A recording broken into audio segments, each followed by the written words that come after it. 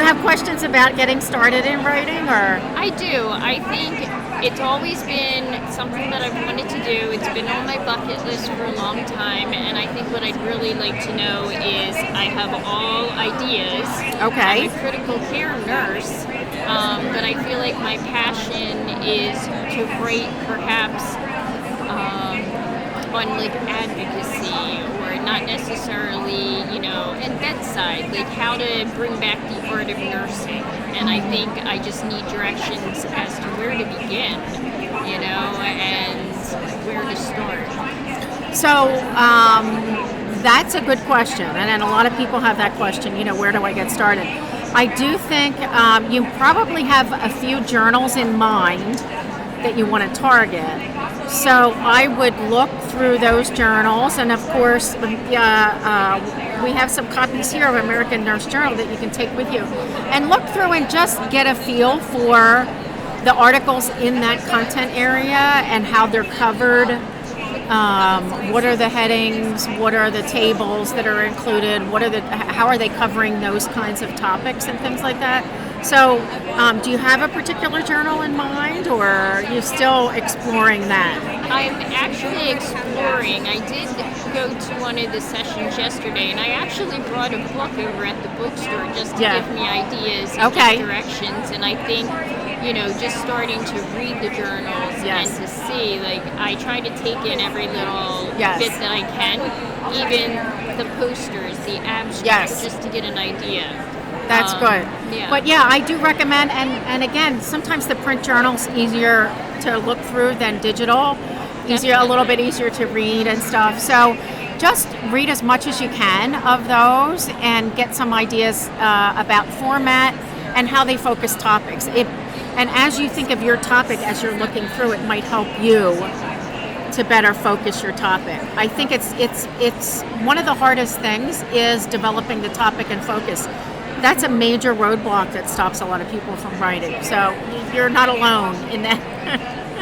And then I think yesterday as well, I guess going on the website just to see what the actual editor, what the requirements are, how you submit it. I guess, that probably makes everybody nervous. It makes me nervous just thinking about how to submit. Will I have everything together? Yes. Yeah. So I do recommend looking at the author guidelines. Our author guidelines as well. Like this will take you there to the author guidelines. Okay. They also have some tips too. I would make sure, like you said, that you follow the author guidelines for submission because the editors can tell right away whether you've looked at the author guidelines or you haven't. So yes, try it and follow the author guidelines as much as you can. The other thing is, a query. So if you take a look at the author guidelines, it suggests that you write a query letter that you can send to me and it tells me more about your topic, maybe your tentative title, a couple bullet points, and we can have a dialogue back and forth and to talk about that focus. So it may help refine your focus versus just submitting without, using a query letter. So I do recommend that. Do you find that a lot of novice nurses, or novice writers, I should say, because I've been a nurse a while, at the bedside. Me too, but, but novice writers, that they have success, I guess, or, yesterday, a lot of the discussion was about finding a mentor, too, for writing. I think they have success, but I think it's key to set up that time up front to do the prep work, to do the lit review, to focus your topic like you're talking about. Some of that upfront work takes much longer than actually writing. And if you do a good job of that upfront work, the writing itself is actually shorter. I do have a podcast on our author guidelines page that goes over a lot of these questions in a lot more detail. It's about 45 minutes long, so that might also be a good resource for you, just to help get you started. So yes, we'll be able to, and I'll be able to look into that. Okay. As well. Yeah. Good. What else I think I would ask?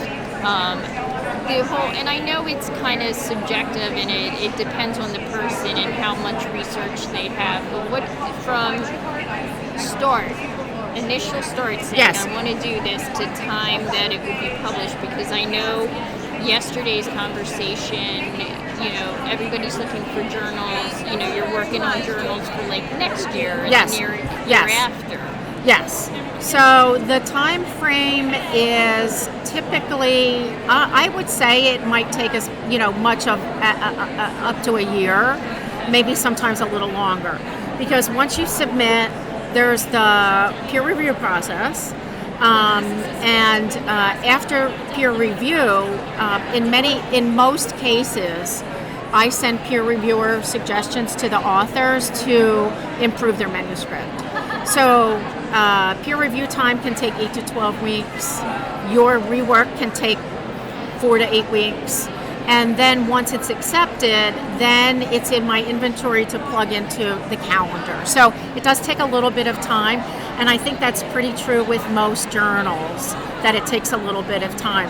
And so I think if you expect that up front, that it can take as much as a year, So then when I log on, or if I'm listening to the podcast and Yes. I'm going on to the editors, is there like a list of suggestions for like coming topics that you have, or it's like whatever I want There's to? a few suggestions, and it also talks about our regular columns. Like we have clinical and practice topics, key clinical topics that are our CNE features.